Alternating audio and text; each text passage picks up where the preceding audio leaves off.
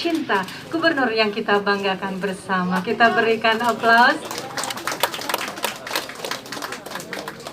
Terima kasih Pak Gubernur sudah menerima persembahan tumpeng dari warga Kampung Tanah Merah. Sekali lagi kita berikan aplaus dan mohon. Pesan utama mengapa kita merdeka, karena kita ingin ada keadilan sosial bagi seluruh rakyat Indonesia. Itu kenapa kita merdeka. Dan tugas ini harus terus-menerus dijalankan, dan kita semua ingin di Jakarta semua merasa mendapatkan kesetaraan kesempatan. Boleh saja masih hidupnya secara ekonomi sederhana, tapi fasilitas dasar dari pemerintah harus bisa menjangkau semua, termasuk yang masih hidupnya sederhana. Tentu tidak mungkin semua diselesaikan dalam waktu seminggu, 2 minggu. Tetapi bahwa proses itu ditunjukkan dengan komitmen nyata, langkah konkret yang dirasakan hasilnya. Dan ini nanti kita lakukan di semua tempat-tempat yang saat ini mungkin belum tuntas. Tapi ini menjadi terobosan dan harapannya nanti memudahkan langkah kita di tempat-tempat lain. Jakarta harus jadi rumah bagi semua, bukan rumah bagi sebagian. Semuanya harus merasakan rumah di Jakarta. Itu saja barangkali pesan dari kami. Terus silakan teman-teman kalau ada pertanyaan.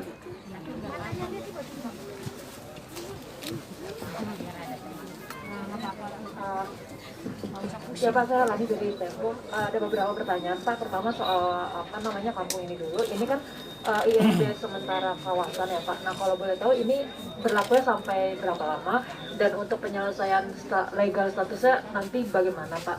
Lalu yang kedua, tadi kan ada pernyataan juga dari Bapak, siapa saya lupa, itu kan yang mendukung Bapak jadi capres gitu ya Pak. Nah, nanti ini gimana nih Pak, Bapak siap maju atau enggak gitu? Udah dapat restu dari warga. Nah yang ketiga Pak soal... Ya, 2 dulu. Jangan diborong semuanya. Belum apa-apa udah 24 tanyanya. Ini masih tahun 21 ini. Oke, gitu ya. 2, ada lagi yang lain? Yuk, silakan. Saya Pak dari Radio Sonora, DKI kan udah resmi melaksanakan Formula E 4 Juni 2022. Itu tempatnya di mana Pak? Kemarin kan ada 5 pilihan, kemudian ya. Sudah. Kita lagi ngomong Tanah Merah ya nih. Lagi ngomong IMB. Terima kasih. Ya, oke. Yang lain? Yuk. Soal aturan DKI Jakarta berketahanan iklim Pak, ini masih sesuai juga sih dengan Kampung Tanah Merah yang kita semua harus merasakan hal yang sama di Jakarta. Nah soal berketahanan iklim ini sendiri nanti seperti apa Pak aplikasinya di Jakarta? Apakah mau dimulai dari korporasi atau perusahaan atau seperti apa? Jakarta berketahanan. Oke. Pak Beni bisa jelaskan teknis tentang apa IMB-nya? Silakan Pak. Jadi dasarnya pertama memang ada Perda 7 2010, kemudian ada Pergubnya Pak Anies, Pergub 118 2020. Berdasarkan itu dan juga ini kampung ditetapkan sebagai kampung prioritas. Sementaranya 3 tahun sebagaimana Pergub 118, tetapi dapat diperpanjang. Dalam 3 tahun itu ya karena ini kampungnya kawasan, diharapkan warga kita lihat memelihara yang tadi disampaikan Pak Anies, termasuk juga upaya untuk bagaimana solusi soal legalitas. Kurang lebih seperti itu.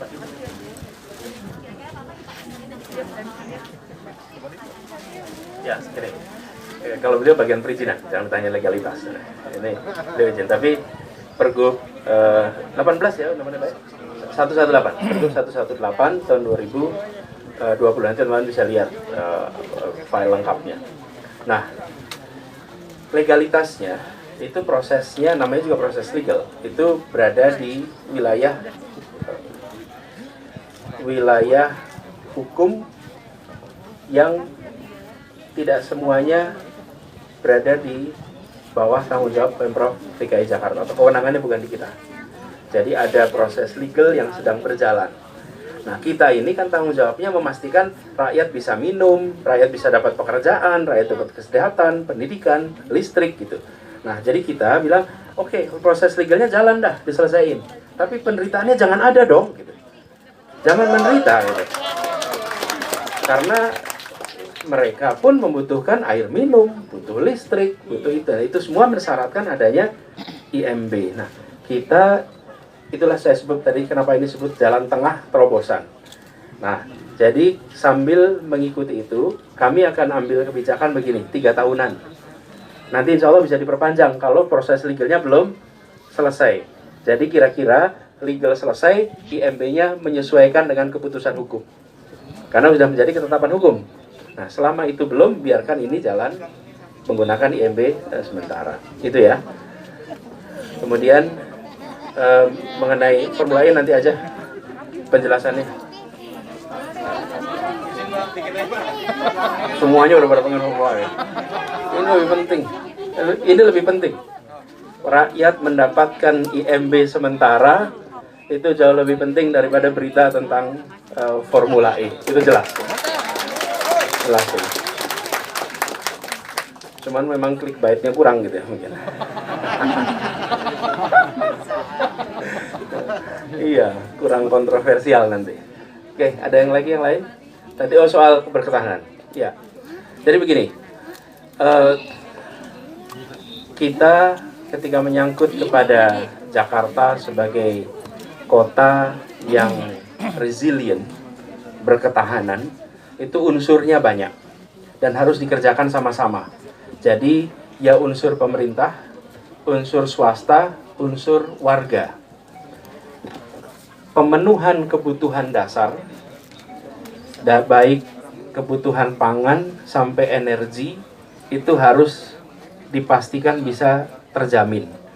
Nah, yang sedang terjadi di tanah ini, di Tanah Merah ini adalah salah satu dari potret besar menuju kota berketahanan. Kebutuhan dasarnya terpenuhi.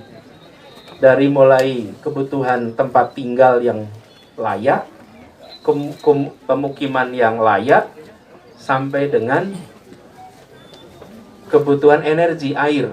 Air itu energi untuk mereka.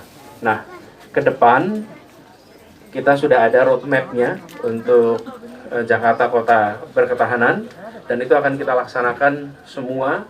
Kita luncurkan itu di 2019, program Jakarta Berketahanan. Dan ini yang kemudian sudah menjadi pegangan di Pemprov. Nanti saya bisa berikan dokumen lengkapnya. Di situ semua jajaran kita bersama private sector, bersama warga nanti akan melaksanakan itu. Oke, gitu ya teman-teman. Oke, saya rasa cukup. Teman sekalian, saya sampaikan terima kasih. Jakarta menyambut baik bahwa sudah diumumkan kita menjadi tuan rumah, dan kita akan bersiap untuk bulan Juni tanggal 4 tahun 2022. Itu aja. Nanti diumumkan oleh mereka. Sudah dikerjakan.